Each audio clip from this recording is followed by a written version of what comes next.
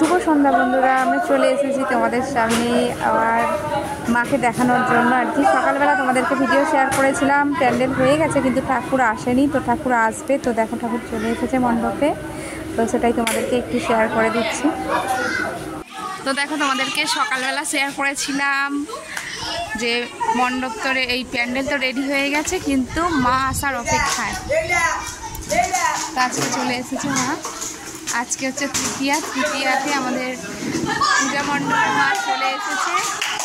এখনও মায়ের সাজগোজ একটু কমপ্লিট, মানে সব পড়ানো হয়নি আর কি।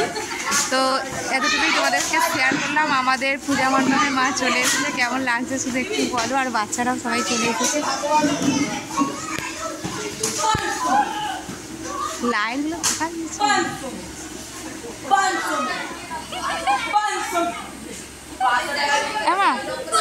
মা টাটা কর মা।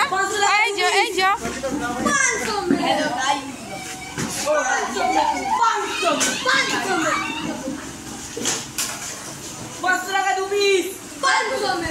টাকা এদিকে।